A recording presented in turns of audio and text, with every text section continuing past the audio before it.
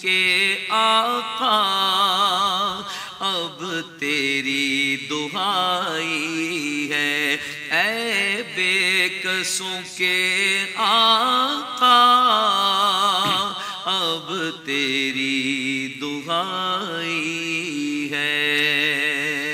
کیا نقشہ میرے امام کھینچ رہے ہیں، فرما رہے ہیں محشر کا میدان ہے اور صف محشر کے اندر ہم کھڑے ہوئے ہیں، مگر گناہ اتنے زیادہ ہیں، عیب اتنے زیادہ ہیں، ہر ایک ہمیں جھڑک رہا ہے۔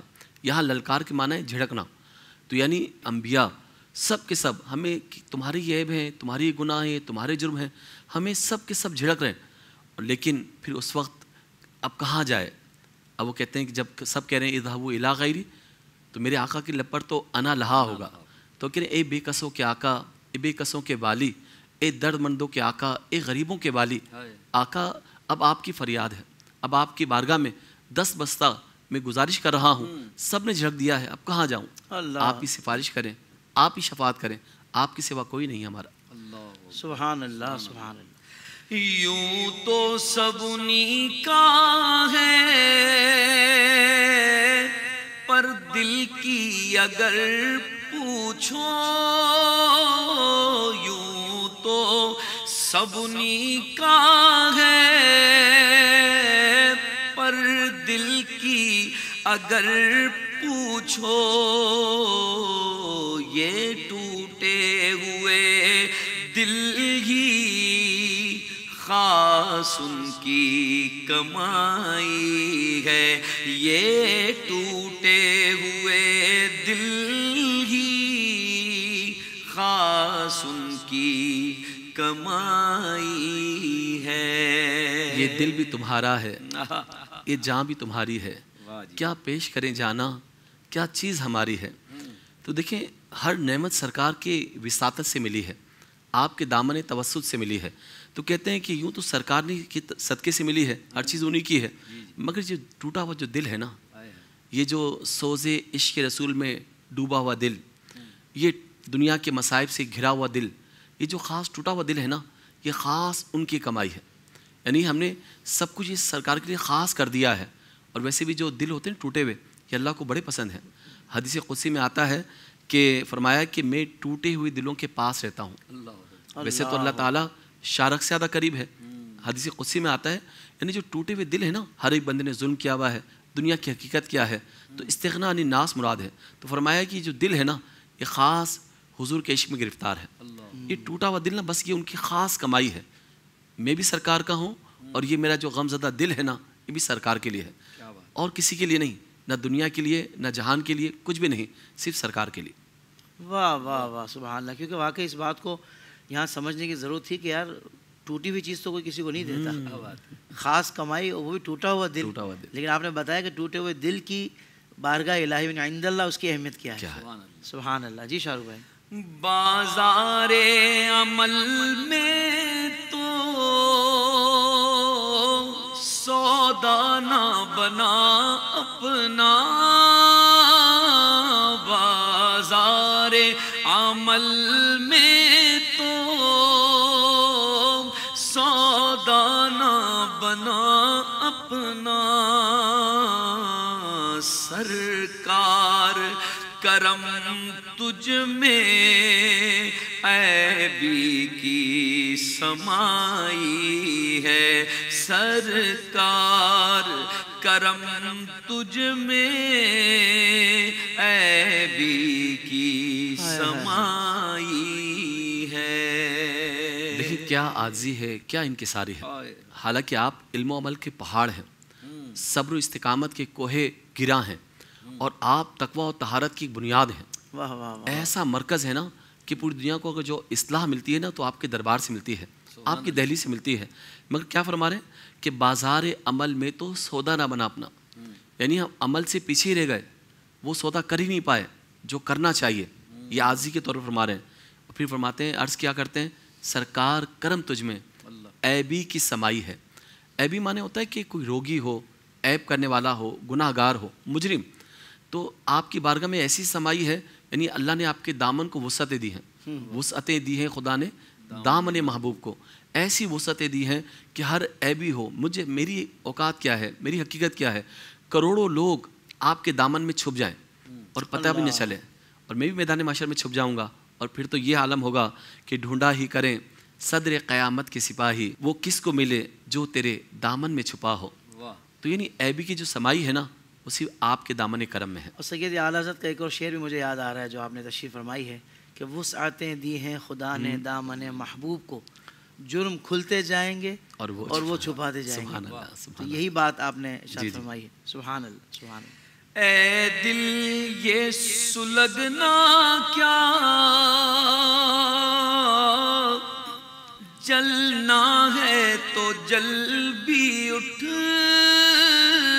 اے دل یہ سلگنا کیا،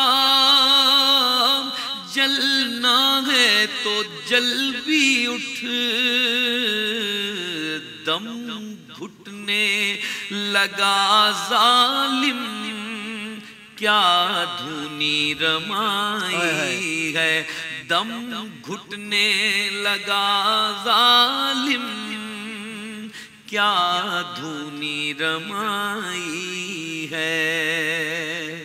آپ نے دیکھا ہوگا جب ہم خوشبو کا استعمال کرتے ہیں نا بعد وقت کوئلے پر، تو ہلکی سی آنچ لگتی ہے نا تو کوئلہ جلنا شروع ہوتا ہے، سلگنا شروع ہوتا ہے، وہ اندر ہی اندر سلگتا رہتا ہے، سلگتا رہتا ہے، ایک دم کیا ہوتا ہے پھر وہ خوشبو رکھ دی جائے نا تو اسے دھونی لی جاتی ہے۔ دھونی رمانی کا مطلب ہوتا ہے کہ دھونی کو لینا۔ تو اب کیا فرماتے ہیں، کہتے ہیں کہ اے دل یہ سلگنا کیا، یہ اندر ہی اندر سے ہلکی ہلکی آنچ لگ رہی ہے، ہلکی ہلکی آنچ یہ چنگاری سے بن رہی ہے، اندر ہی اندر سلگ رہا ہے، یہ کیا ہو رہا ہے؟ جلنا ہے تو جل بھی اٹھ۔ ظالم یہ کیا ہے کہ اندر ہی اندر مجھے تڑپا رہا ہے، نہ عشق کا وہ مزہ ہے، نہ وہ عشق گداز ہے، بدمزگی پیدا ہو رہی ہے، اب جان کے اندر جو ہے وہ مزہ نہیں آ رہا، تو جلنا ہے تو جل اٹھ تاکہ قصہ ختم ہو جائے، ایک بار جلے اور جل کر ختم ہو جائے۔ یہ ہلکی ہلکی دھونی سے رما رہے ہو، ہلکی دھونی لے رہے ہو، بار بار دھونی لے رہے ہو، اور دم بھی گھٹ رہا ہے، سانسوں میں اضطراب پیدا ہو رہا ہے، اور تنفس کے اندر بے چینی پیدا ہو رہی ہے، تو یہ بے چینیاں ختم کر عشق کے رسول کے اندر نبی کے قدموں پہ ایسا جل کر راکھ ہو جا کہ تاکہ تیرا قصہ ہی تمام ہو جائے۔ ہائے ہائے ہائے ہائے، یعنی دھونی رمائی، یہ اسے یہی مراد ہے کہ اس میں جو دھونی لی جاتی ہے۔ جی جی بالکل ہے، دھونی رمائی مطلب ایک محاورہ ہے اور اس کا مطلب ہے دھونی لینا۔ دھونی لینا، بالکل ٹھیک ہے۔ سبحان اللہ۔ ایک شعر میں چاہ رہا تھا شاہ رخ بھائی میں بھی پیش کر دوں آپ کی اجازت۔ سبحان اللہ۔ مجرم کو نہ شرماؤ، احباب کفن ڈھک دو، مجرم کو نہ شرماؤ، احباب کفن ڈھک دو، منہ دیکھ کہ کیا ہوگا، منہ دیکھ کہ کیا ہوگا، پردے میں بھلائی ہے۔ دیکھیں میرے امام نا زہد و تقوی کے ماڈل ہیں، آپ نیکی اور پرہیزگاری کی پیکر ہیں، اس کے باوجود دیکھیں آج ہی دیکھیں، ان کی ساری دیکھیں اپنے بارے میں کیا ہے، یہ ان لوگوں کے لیے بہت بڑا سبق ہے جو آج خانقاہوں پہ مسند نشین ہیں، ہر وقت اپنی تعریف، ہر وقت اپنی مدح، ہر وقت نیکی کا چرچا کہ ہم نے یہ کر دیا، ہم نے وہاں مسجد بنا دیا، ہم نے وہ کام کر دیا، حالانکہ بالکل خالی ہوتے ہیں، خالی ڈبے ہوتے ہیں، مگر امام وقت کے مجدد ہیں، وقت کے غوث ہیں، 13 سال کی عمر میں فتویٰ نویسی کر رہے ہیں، اور عالم کیا ہے، فرما رہے ہیں کہ پورا نقشہ کھینچ رہے ہیں کہ اگر میں مر جاؤں، میری میت کو بار بار نقاب نہ اٹھانا، چادر مت کھولنا، چہرہ مت دیکھنا، مجرم کو نہ شرماؤ، احباب کفن ڈھک دو، منہ دیکھ کہ کیا ہوگا، پردے میں بھلائی۔ آپ دیکھیں کیا سچائی ہے، امام کہہ رہے ہیں کہ بار بار یہ مجھے رسوا مت کرنا، ذلیل مت کرنا، چہرہ اٹھا اٹھا کے مت دیکھنا، کہ ایسا نہ ہو میرے اعمال کے سبب کہیں میرا چہرہ ہی نہ بگڑ جائے۔ خوف کا عالم دیکھیں آپ، اور پھر فرماتے ہیں، دیکھیں قرآن میں بھی اللہ فرماتا ہے کہ اپنے آپ کو پاکیزہ مت ظاہر کرو، اللہ اکبر، اللہ خوب جانتا ہے کہ تم میں پرہیزگار کون ہے۔ اللہ اکبر۔ اور آج جو پرہیزگاری کے ڈنکے بجائے جاتے ہیں، آج جو نام و نمود، جو نمائش، جو ریاکاریاں اور اس کی تباہ کاریاں سامنے ہیں، الامان والحفیظ، یہ شعر پڑھیں کیا ہے، یقین کریں، بس اوقات پڑھتا ہوں نا، یقین کریں ایک جھرجھری سی تاری ہو جاتی ہے کہ مجرم کو نہ شرماؤ، احباب کفن ڈھک دو، منہ دیکھ کے کیا ہوگا، پردے میں بھلائی، پردے میں بھلائی۔ جی شاہ رخ بھائی۔ اب آپ سنبھالیں تو کام اپنے سنبھل جائیں، اب آپ سنبھالیں تو کام اپنے سنبھل جائیں، ہم نے تو کمائی سب کھیلوں میں گوائی ہے، ہم نے تو کمائی سب کھیلوں میں گوائی ہے۔ دیکھیں یہاں بھی وہی عز و انکساری کا تسلسل ہے نا، کام وہ لے لیجئے تم کو جو راضی کرے، ٹھیک ہے نام رضا تم پہ کروڑوں درود۔ یا رسول اللہ اب آپ سنبھالیں نا تو اپنے کام بن جائیں، تو اچھے کام ہو جائیں، آپ کی نگاہ ہو تو ہم کچھ کام کر جائیں، کیونکہ ہم نے تو اپنی ساری کمائی، یہ زندگی کے سانس، یہ زندگی دھڑکنیں، یہ لمحات، یہ دن رات، سب کچھ ہم نے کھیلوں میں گوا دی ہے، بالکل کام بگاڑتے ہوئے گزار دیے، بازیچہ اطفال بنا لیا ہے، لمحات کو ضائع کر رہے ہیں۔ حالانکہ میرے امام ایک لمحہ ضائع نہیں کرتے، مگر اپنے آقا کی بارگاہ میں عرض کرتے ہیں یا رسول اللہ آپ سنبھالیں، آپ کام لے لیں، آپ نگاہ التفات ڈال دیں، ہم نے تو ساری کمائی بس کھیلوں میں گزار دی۔ اللہ اکبر، وہی پھر بات آ جاتی ہے کہ جیسا آپ نے کہا کہ یہاں تو کچھ کیا نہیں ہوتا، اور اپنی تعریفیں اپنے منہ سے بھی، اور کچھ ایسا ہلکا رکھا ہوتا ہے اپنے گرد کہ جو اسی کام پر معمور ہوتے ہیں۔ جی جی جی تو بالکل۔ یہاں تو جو ساری زندگی جس نے وقف کر دی اللہ اس کے رسول کی رضا کے لیے، محبت کا دعویٰ بھی تھا تو دلیل بھی تھی، مسلسل تھی، لیکن اس کے باوجود یہ عالم تھا۔ تو یہ ہم سب کے لیے پیغام ہے کہ ایک تو ہم سے کچھ ہو نہیں پایا، اور پھر بھی اگر ہم یہ انداز رکھتے ہوں، لہجہ رکھتے ہوں کہ بھائی میں نے تو یہ کر دیا، میں نے وہ کر دیا، تو اس میں کو ختم کرنے کی ضرورت ہے، نہیں تو پھر انجام وہی ہوگا کہ جو میں کرنے والی بکری کا ہوتا ہے۔ علمان الحفیظ جی۔ اے عشق تیرے صدقے جلنے سے چھٹے سستے، اے عشق تیرے صدقے جلنے سے چھٹے سستے، جو آگ بجھا دے گی وہ آگ لگائی ہے، جو آگ بجھا دے گی وہ آگ لگائی ہے۔ کیا بات ہے امام کی، کیا بات ہے۔ دیکھیں آگ تو آگ کو بھڑکاتی ہے نا، اس میں ایندھن ڈالا جائے تو اور بھڑکتی ہے اور بھڑکتی ہے، تو یہ کون سی آگ ہے جو اس آگ کو بجھا رہی ہے؟ تو امام فرماتے ہیں کہ پھر اس آگ کو سلام نہ کیا جائے، فرماتے ہیں کہ اے عشق تیرے صدقے، عشق تجھ پر قربان جاؤں کہ جلنے سے چھٹے سستے، سستے داموں بچ گئے، اب جلنے سے ہم محفوظ ہو گئے۔ کیوں؟ فرماتے ہیں کہ جو آگ بجھا دے گی وہ عشق رسول کی آگ دل میں لگائی ہے، وہ عشق رسول کی آگ لگائیے، وہ جو جہنم کی آگ کو بجھا دے گی۔ اب دیکھیں یہ نہیں کہ امام نے ایسے ہی لکھ دیا ہے، ایک حدیث میں پڑھا تھا، مشکات کی حدیث مبارکہ ہے کہ جب ایک مومن اب جب پل صراط سے گزرے گا نا تو جہنم سے آواز آئے گی، اے مومن جلدی سے گزر جا، تیرے ایمان کے نور نے میری شعلے بجھا دیے، میری آنکھ کو سرد کر دیا ہے، جلدی سے گزر جا۔ تو جب مومن کا نور ایمان ایسا ہے تو بتائیں پھر اولیاء کا کیسا ہوگا، پھر صحابہ اہل بیت کا کیسا ہوگا۔ اور پھر دیکھیں عشق ایک ایسی آگ کا نام ہے جو ما سوا اللہ ہر چیز کو بھسم کر دیتی ہے، ہر چیز کو۔ تو یہ عشق کی آگ لگا لو یار، اس دل کے اندر وہ عشق کی آگ لگ جائے، پھر ہم بھی کہیں اے عشق تیرے صدقے جلنے سے چھٹے سستے، جو آگ بجھا دے گی وہ عشق رسول کی آگ لگائی ہے۔ سبحان اللہ سبحان اللہ سبحان اللہ، کیا کہنے ہیں جی حضرت۔ طیبہ نہ صحیح افضل،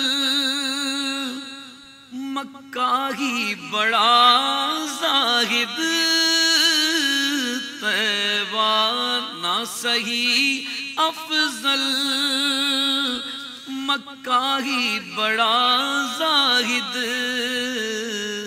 ہم عشق کے بندے ہیں کیوں بات بڑھائی ہے، ہم عشق کے بندے ہیں کیوں بات بڑھائی ہے. اچھا یہ اعلیٰ تر کمال ہے.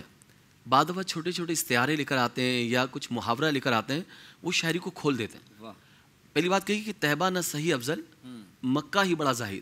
بہت ابحاث ہوتی ہے نا, بار بار اس پہ بحث کی جاتی ہے کہ بھئی مکہ افضل ہے یا مدینہ افضل ہے. میں تو کہتا ہوں سرکار کے قدم افضل ہے. کیا بات ہے, بہت اچھی. آپ زمین پر آئے, زمین افضل ہو گئی. آسمان پر گئے, آسمان فضیلت پا گیا. آپ مکے میں آئے, مکہ افضل ہو گیا. آپ مدینے میں آئے, مدینہ افضل ہو گیا. کیا کہنے علامہ صاحب, واہ واہ. تو آپ دیکھیں کہ آپ فرماتے ہیں اے زاہد, بظاہر تو نے زہد کا لبادہ اوڑھ رکھا ہے اور تو بڑا خشک ملا ہے. اب ذرا غور کر کہ آخر مکہ بھی افضل ہے تو کس سے افضل ہے؟ کہ یہاں میرے آقا نے 53 سال گزارے ہیں. حضور کے قدم آئے تو مکہ افضل ہوا نا. اور پھر ذرا سوچ کہ اگر مکے کو حرم کیا ہے تو حضرت خلیل اللہ نے, اگر حبیب اللہ نہ ہوتے, اگر نبی نہ ہوتے تو کیا ہوتا؟ ہوتے کہاں خلیل و بنا, کعبہ او منا, لولاک والے صاحبی, سب تیرے گھر کی ہے. واہ واہ واہ واہ, سب کچھ ہے نا. تو یہ حضور کے دم قدم سے ہے. سبحان اللہ. آپ سے تو باغ و بہار ہے. تو حضور کے قدم آنے سے مکہ حرم بنا, مدینہ حرم بنا, اور خلیل بھی آئے, کلیم بھی آئے, حبیب بھی آئے, سب کچھ آئے ہیں نا. حضور کی قدم کی بہاریں ہیں. میرے آقا دو عالم کے داتا صلی اللہ علیہ وسلم کے وجود کی بہاریں ہیں. یہ میرے آقا کی وجود کی بہاریں ہیں. تو کہا, فرمایا کہ طیبہ نہ صحیح افضل, مکہ ہی بڑا زاہد. ہم عشق کے بندے ہیں. دیکھو یہ زبان کا محاورہ ہے. عشق کے بندے مینس ہم عشق والے ہیں. عشق والے ہیں, ہم عشق والے ہیں. اور کیوں بات بڑھائی؟ بات بڑھانا, بات کو طوالت دینا, طویل کرنا, بحث کرنا, تکرار کرنا, الجھنا. تو آپ دو محاورے لے کر آئے تو کہتے ہیں ہم عشق کے بندے ہیں, ہمیں چھوڑ دے. اور دیکھیں یہ بحث بھی نا اس صورت میں ہوتی ہے, یاد رکھیے گا, کہ جب ہو کہ شہر کے بارے میں, تب یہ بحث ہوتی ہے کہ مکہ افضل ہے مدینہ. لیکن رہی بات روضہ رسول کی, تو تمام علماء کا اتفاق ہے, بلکہ اجماع ہے, جو روضہ رسول ہے نا, جہاں میرے آقا کا وجود مسعود موجود ہے, وہ سب سے زیادہ افضل ہے. واہ واہ واہ. حتیٰ کہ فردوس سے بھی, جنت سے بھی, لوح قلم سے, ہر چیز سے افضل وہ ہے جہاں میرے آقا کا وجود مسعود رکھا ہوا ہے. اس میں کوئی اختلاف نہیں ہے. بلکہ امام تو کہتے ہیں نا, حاجیو آؤ شہنشاہ کا روزہ دیکھو, کعبہ تو دیکھ چکے, کعبے کا کعبہ دیکھو, اور غور سے سن تو رضا, کعبے سے آتی ہے صدا, میری آنکھوں سے میرے پیارے کا روزہ دیکھو. سبحان اللہ, سبحان اللہ, سبحان اللہ. جی حضرت. مطلع میں یہ شک کیا تھا, واللہ رضا واللہ. مطلع میں یہ شک کیا تھا, واللہ رضا واللہ.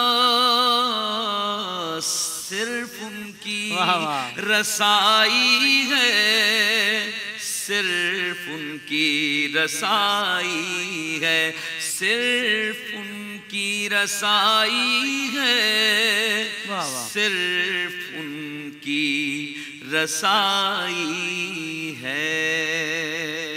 اس میں خوب اظہار ہو رہا ہے سہل ممتنع کیا ہے. آسان سے لفظوں کے اندر, آسان سے لفظوں کی تراکیب کے اندر اتنے بڑے مضمون کو بیان کر دینا. لوگ کہتے ہیں بھئی فلاں شاعر وہ سہل ممتنع کا بہت بڑا شاعر ہے. تو میں کہتا ہوں اس کی مثال لا کر دکھائیں. ایک تو مقطع ہے, اور مقطع میں لفظ مطلع آ رہا ہے. واہ واہ واہ واہ. مطلع کا مطلب ہوتا ہے طلوع ہونے کی جگہ, اور مقطع مینس ہوتا ہے کہ قطع ہونے کی جگہ, یعنی جہاں سے ابتدا ہو اور جہاں پر اختتام ہو. مطلع میں کیا ہوتا ہے, عموماً دو مصرے ایک جیسے ہی ہوتے ہیں, دونوں میں کافی ہوتے ہیں, دونوں میں ردیف ہوتی ہے. اب تو اعلیٰ نے فرمایا تھا, سنتے ہیں کہ محشر میں صرف ان کی رسائی ہے. وہاں یہ باندھا تھا یہ مصرع, صرف ان کی رسائی ہے. تو کہتے ہیں ایسے نہیں شعر لکھتے لکھتے لکھتے کوئی سمجھے کہ میرا کچھ عقیدہ اس بات پہ کچھ کمزور ہونے لگا ہے, میرے خیالات بدل جائیں گے, تخیلات کے اندر اور تبدیلی آ سکتی ہے. تو فرماتے ہیں کیسی باتیں کر رہے ہو, 2 بار قسم کھائی, اور 2 بار قسمیں کھانا بھی خوب ہے. ایک تو وہاں کھائی تھی آپ نے کہ تو زندہ ہے واللہ, تو زندہ ہے واللہ, اور یہاں کیا کہہ رہے ہیں, واللہ رضا واللہ, یہاں بھی 2 بار قسمیں ہیں. تو فرماتے ہیں مطلع میں یہی شک کیا تھا کہ سنتے ہیں, ہو سکتا ہے کہ سنی سنائی بات ہو. تو فرماتے ہیں سنتے ونتے نہیں ہیں, تو پھر قسم کھا کر کہہ رہے ہیں واللہ رضا واللہ, صرف ان کی رسائی ہے, صرف ان کی رسائی. واہ واہ واہ. کیا بات. اور میرا یہ ٹھوس عقیدہ ہے, میری نجات ہے تو صرف اس دربار سے, میری شفاعت ہوگی تو آقا فرمائیں گے, میرا سب کچھ جو ہے نا وہ حضور کے قدم سے وابستہ ہے۔ واہ واہ واہ، سبحان اللہ سبحان اللہ، بہت شکریہ شاہ رخ بھائی آپ کا، علامہ نثار علی اجاگر صاحب آپ کا، بہت خوبصورت پروگرام رہا۔ انشاءاللہ نیکسٹ پروگرام میں پھر حاضر ہوں گے، ایک اور کلام منتخب کرنے کے بعد اس پر بھی اسی طریقے سے ہم تشریح سنیں گے۔ اگلے پروگرام تک کے لیے اجازت، السلام علیکم ورحمۃ اللہ وبرکاتہ۔